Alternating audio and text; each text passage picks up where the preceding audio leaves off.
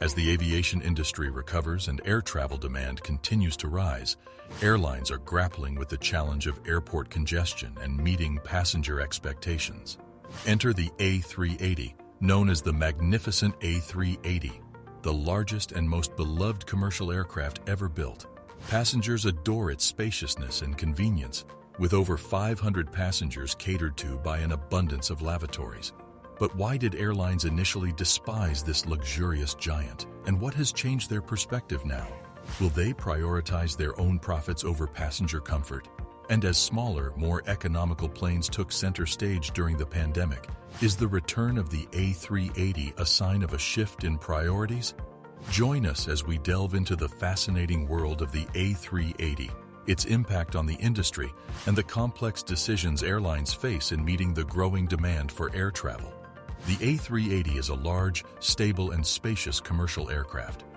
It holds the title of being the largest ever built. When surveyed, passengers consistently choose the A380 as their favorite aircraft. They appreciate its generous space and convenience. While the initial experience on board is excellent, it is worth noting that the A380 is not recommended for individuals with a middle-class income. However, many passengers do not seem to mind, as the regular economy class on some planes is comparable to business class, albeit with slightly less privacy. The A380's peak strength lies in its ability to provide a comfortable flying experience for a large number of passengers. However, airline owners have a different perspective on the A380 compared to passengers. They despise it for the same reason passengers adore it: profitability. In order to maximize their profits, airline owners prefer to offer cramped planes with fewer amenities. As a result, the A380 has been grounded, but the carriers that previously despised it are now expressing interest in bringing the plane back into service. So what has changed? One key factor is that airline executives have realized the potential financial benefits that the A380 can bring. However, this newfound interest in profitability raises a concern. Will they prioritize their own enjoyment of increased earnings at the expense of the average passenger's comfort? The A380, being a large aircraft, offers significantly more luxury compared to the narrow-body aircraft with two engines that carriers are currently more interested in. From an economic standpoint, it makes sense for airlines to prioritize smaller aircrafts. However, this choice has a lasting impact on consumers. During the peak of the hub-and-spoke model, airlines were able to fill the A380 to capacity as they transported passengers between bustling hubs. This resulted in substantial earnings for the airlines on each trip. The double-decker jumbo flight provided an array of passenger comforts, making it a top choice for airlines such as Emirates. They could offer competitive prices on long-haul routes, effectively outcompeting some of their rivals and potentially causing them to go out of business. The popularity of the A380 and other aircrafts in terms of excellent hospitality and passenger experience declined during the coronavirus period. With a significant strain on air travel, many airlines made the decision to ground their A380s either permanently or temporarily. Instead, they opted for smaller aircraft like the A350s and the 787 Dreamliners. Although the Dreamliner is not a terrible aircraft, it falls short in terms of space and comfort compared to the A380. It is cramped in every class, except for the business class, making it less desirable to passengers. However, from an airline's perspective, the choice of the Dreamliner makes sense due to its comparative economics, which are considered even better than the A380. While the services of the A380s were suspended, many 787 Dreamliners took to the skies worldwide and generated profits. This was a wise decision considering the fact that not all airports had sufficient demand to justify the A380's operation. The A380 was only necessary in a few hubs where its services were still required. During 2020 and 2021, Emirates Air faced significant losses as they were unable to fully retire their A380s. Despite operating other aircraft types like the 787s to maintain financial stability, the A380s proved to be the least profitable in this period. However, Emirates was determined to prove a point. even as other airlines like Qantas and British Airways decided to halt the use of their A380s and cancel orders for new ones. This decline in demand had a profound impact on Airbus, the manufacturer of the A380, leading them to halt production. The reason behind this decision was that if there weren't enough passengers to fill these large planes and generate profits for airlines, it became counterproductive to continue manufacturing them.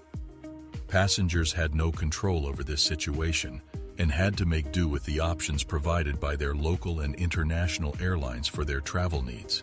With the gradual recovery of the market, the return of the A380 is starting to make sense for airlines that already have these aircraft in their fleet.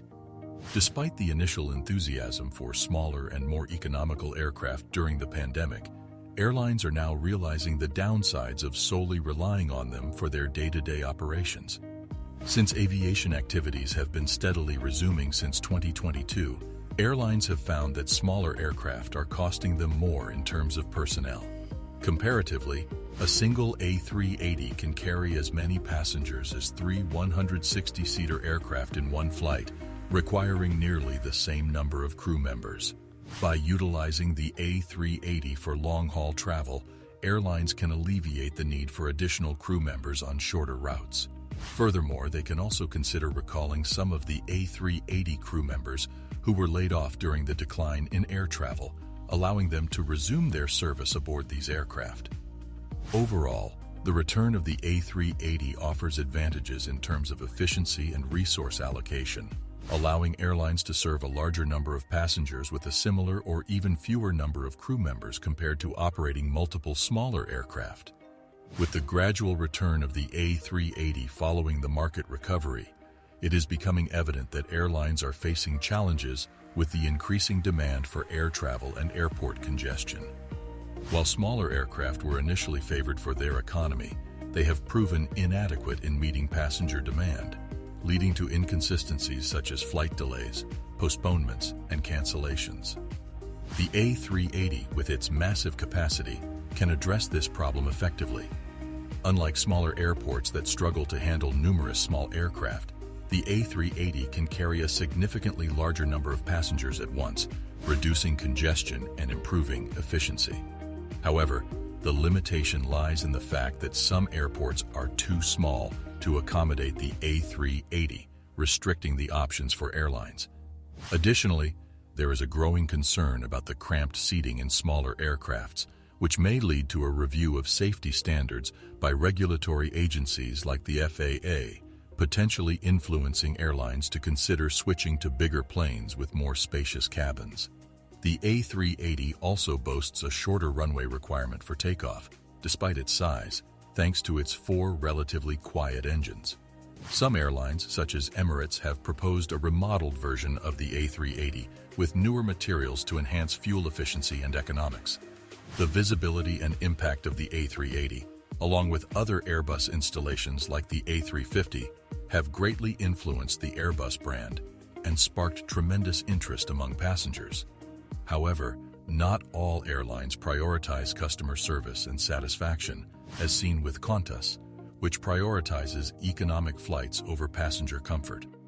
Although it is more cost-effective to operate two A350s compared to a single A380, airlines recognize the marketing value and luxurious image associated with consistent A380 operations.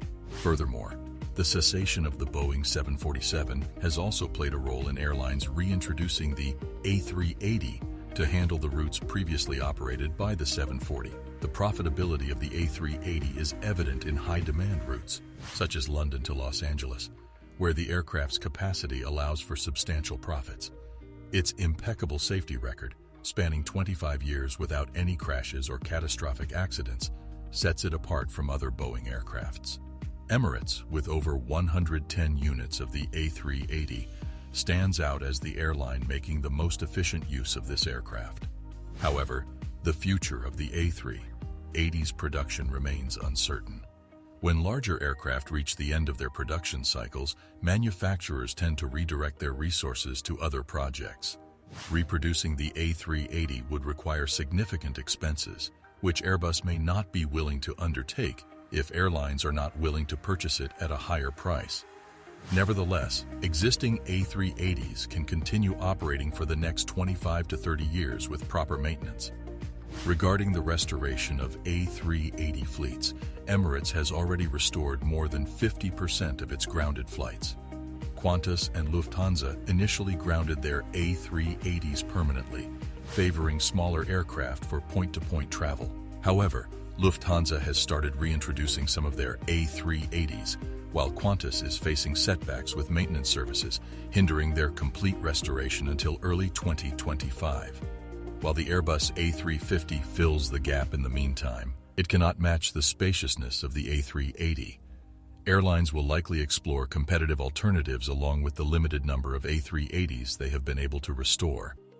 The Australian aviation market, in particular, faces challenges with maintenance facilities and competitiveness, but time will reveal the outcome of their efforts. This brings our video to an end. Be sure to like and subscribe as well. Until next time, have a safe flight.